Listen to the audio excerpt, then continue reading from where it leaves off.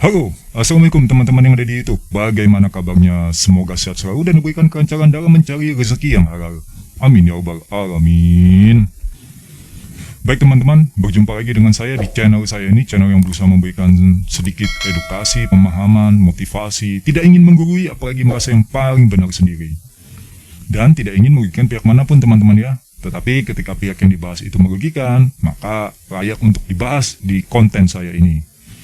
Teman-teman, pada kesempatan kali ini saya ingin memberikan informasi masih seputar tentang, ya bisa dibilang ini pinjol juga teman-teman ya, walaupun ini masuk kategori leasing perkreditan elektronik. Yang kita kenal di Indonesia ini adalah Home Credit Indonesia, HCI. Ada salah satu kasus yang dimana melibatkan salah satu nasabah dari HCI tersebut, yang dimana telah melakukan pembayaran tetapi melalui pihak ketiga teman-teman. Nah, ini perlu kita waspadai ya ke depannya. Bagi teman-teman yang ingin melakukan pembayaran, saran saya jangan pernah melakukan pembayaran dengan pihak ketiga teman-teman. Tetap dengan pihak yang kalian ada kesepakatannya, ada perjanjiannya, ada akadnya. Yaitu apa? Pihak leasing ataupun pihak pinjol aplikasi yang kalian ajukan. Nah, di kasus ini nasabah tersebut atau debitur tersebut itu sudah pelunasan teman-teman ya. Untuk 2 cicilan terakhir itu sudah melakukan pelunasan kepada pihak ketiga. Namun anehnya dalam sistem pembayaran, tagihan beliau itu masih tercantum teman-teman. Dalam sistem pembayaran HCI ya, di mungkin aplikasi beliau itu tercantum masih ada pembayaran atau sisa pembayaran 2 kali cicilan. Sementara beliau itu sudah membayarkan melalui pihak ketiga yang dipercaya oleh Home Credit Indonesia itu ya.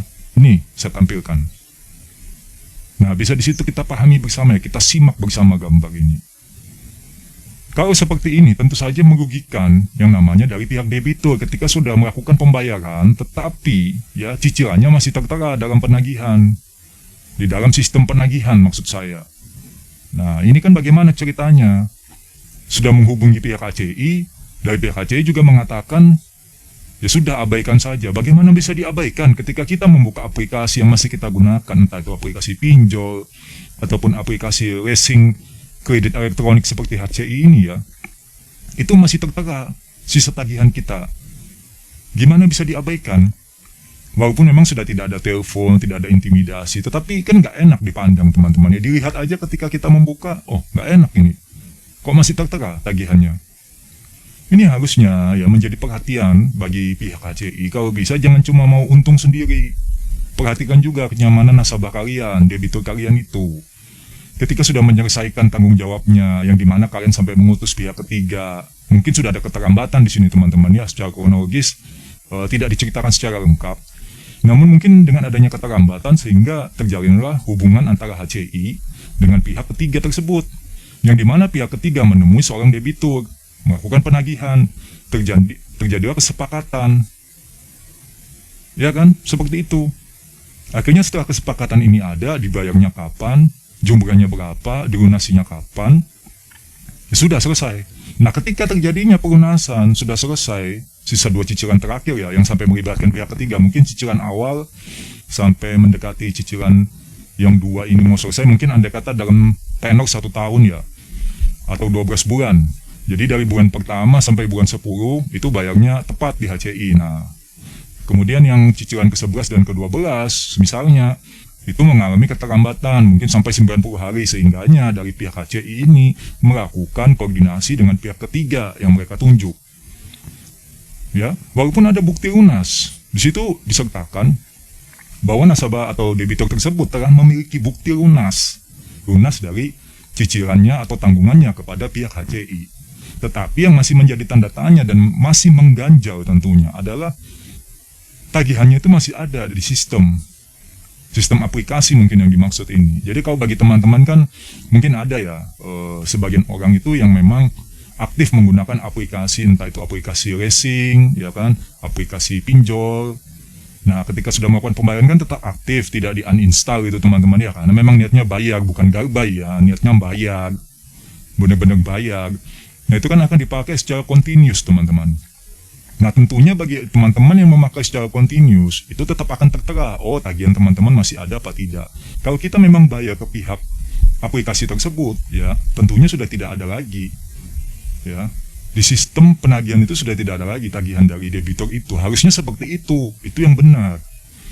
Nah kalau kasusnya HCI seperti ini, kemungkinan analisa saya adalah debitur tersebut telah melakukan keterlambatan atau mengalami ketidakmampuan bayar dalam kurun waktu yang sudah ditetapkan oleh dari pihak HCI tersebut, sehingganya HCI mengutus pihak ketiga. Nah di sini perlu diperhatikan bagi teman-teman semuanya. Ketika Anda telah mengalami kesulitan untuk membayar, sehingganya baik dari aplikasi, baik dari leasing, ya kan akhirnya bekerja sama dengan pihak ketiga mendatangi Anda. Saran saya jangan pernah melakukan pembayaran kepada pihak ketiga, apapun alasannya. Jadikan saja pihak ketiga ini sebagai jembatan atau mediator.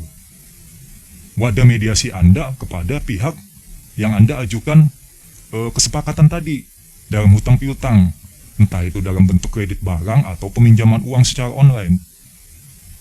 Jadi ketika misalnya Anda didatangi, Anda ditawari, ya potongan bunga sekian jika membayar kepada mereka, jangan pernah diambil teman-teman. Kesempatan seperti itu jangan pernah diambil.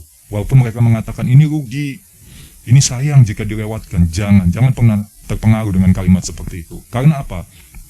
Ketika nanti ini tidak ada koordinasi yang tepat, ya, tidak ada komunikasi yang bagus antara pihak ketiga dan pihak aplikasi ataupun pihak leasing, ini tetap akan terpampang jika teman-teman masih secara kontinu, secara berkelanjutan menggunakan aplikasi tersebut. Ya teman-teman ya. Jangan mudah terpengaruh dengan penghapusan denda segala macam. Lebih baik tetap Anda katakan saya akan bayar, tetapi dengan pihak yang saya ajukan, bukan kepada Anda. Saya mohon Anda menyampaikan kepada pihak yang menyuruh Anda. Katakan di sini itu HCI. Tolong sampaikan kepada pihak HCI saya akan bayar. Tolong berikan nomor pembayaran, misal virtual account, atau saya harus bayar ke kantor misalnya, nggak apa-apa. Jadi dijadikan jembatan teman-teman ya, sebagai mediasi aja. Di sini adalah kekeliruan yang perlu diperhatikan ke depannya. Semoga nanti teman-teman saya, teman-temanku yang menyaksikan video ini, ya, jangan sampai juga mengalami hal serupa. Di sini tidak diceritakan secara detail memang debitur tersebut apakah masih menerima teror atau bagaimana. Yang jelas di situ diceritakan atau dituliskan debitur tersebut merasa risih saja melihat ketika dia membuka aplikasi di sistem penagihan itu masih tertera. Ya, hal seperti ini tentunya kan bagi sebagian orang, jika yang dikhawatirkan itu ada oknum yang nakal. Nah, perhatikan ya, jika ada oknum yang nakal, maka akan dimanfaatkan, disalahgunakan teman-teman. Selamat siang dengan Bapak Joni, betul? Ya, di sini Bapak kami lihat di proses pembayaran atau di sistem pembayaran Bapak masih kurang 2 tunggakan. Semisal seperti itu.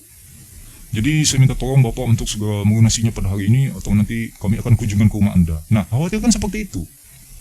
Jika debitur berkeras, saya sudah bayar, kenapa saya masih ditagih, misalnya begitu.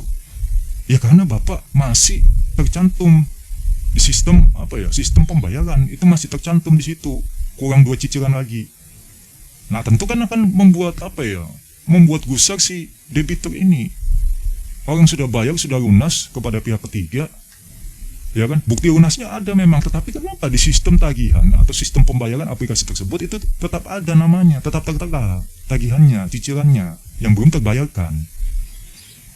Ya teman-teman ya, ini kan khawatirnya kita boleh dong berjaga-jaga. Seandainya banyaknya, kita nggak bisa ngomong seandainya lagi sudah kali ini. Tidak bisa dipungkiri memang banyak oknum di luar sana yang nakal. Ya nggak menutup kemungkinan juga orang dalam ikut bermain di dalamnya untuk memanfaatkan situasi yang lagi sulit seperti ini. Kita coba dulu deh gitu. Apa salahnya kita coba kan seperti itu. Kalau siapa tahu nanti debiturnya ini bisa diperas, ya kan, bisa kita manfaatkan. Nah, keuntungan tuh kita bagi 2. Nah, siapa tahu ada yang seperti itu. Ya teman-teman ya. Jadi perlulah ini diperhatikan kepada teman-temanku yang menyaksikan video ini, sehingganya apa? Jangan sampai nanti mudah. Sekali lagi ya, kebanyakan orang itu jika ditawari yang namanya promo potongan, ya kan, promo cicilan, nanti jadi sekian yang harusnya dia sekian plus bunga, nanti cuma bayar pokoknya aja. Itu kebanyakan orang tertarik teman-teman. Sehingganya mungkin awalnya juga nggak ada duit, ya dia dadain duitnya. Gimana caranya ini bisa lunas, saya selesai, tidak ada tanggungan, hidup pun tenang. Seperti itu kan kebanyakan. Orang-orang berpikirnya tuh, ya sudah yang penting saya berusaha bayar, lunasi, dan saya bisa pakai aplikasinya lagi. Kan enak. Siapa yang tidak mau? Saya yakin semua orang pasti mau. Ketika misalnya tunggakannya itu mencapai, misalnya 1 bulan itu cicilannya 300.000, semisal ya, 300.000 ya. Kemudian nunggak 2 bulan, itu sudah 600.000 ya, pokok dari hutangnya. Kemudian belum bunganya, kalau dia sudah telat 3 bulan. Semisal jadi 1 juta. Tiba-tiba dijadikan cuma segitu, 600.000, siapa yang nggak mau? Ya teman-teman. Nah ini perlu diperhatikan. Jadi bagi teman-teman nanti jangan mudah ya sekali lagi terpancing dengan pihak manapun yang mengatasnamakan HCI atau siapapun melakukan penagihan dengan cara pemotongan bunga sehingganya kalian nanti tidak terima dengan baik, masih terdaftar ya. Baik teman-teman, itu saja informasi yang bisa saya sampaikan. Semoga informasi ini bermanfaat teman-teman ya. Kuota yang kalian gunakan di warung kopi, di kafe-kafe tempat kalian nongkrong, dan juga kuota provider yang kalian gunakan selalu membawa manfaat kepada saya dan juga teman-temanku. Saya pamit undur diri dulu. Assalamualaikum warahmatullahi wabarakatuh.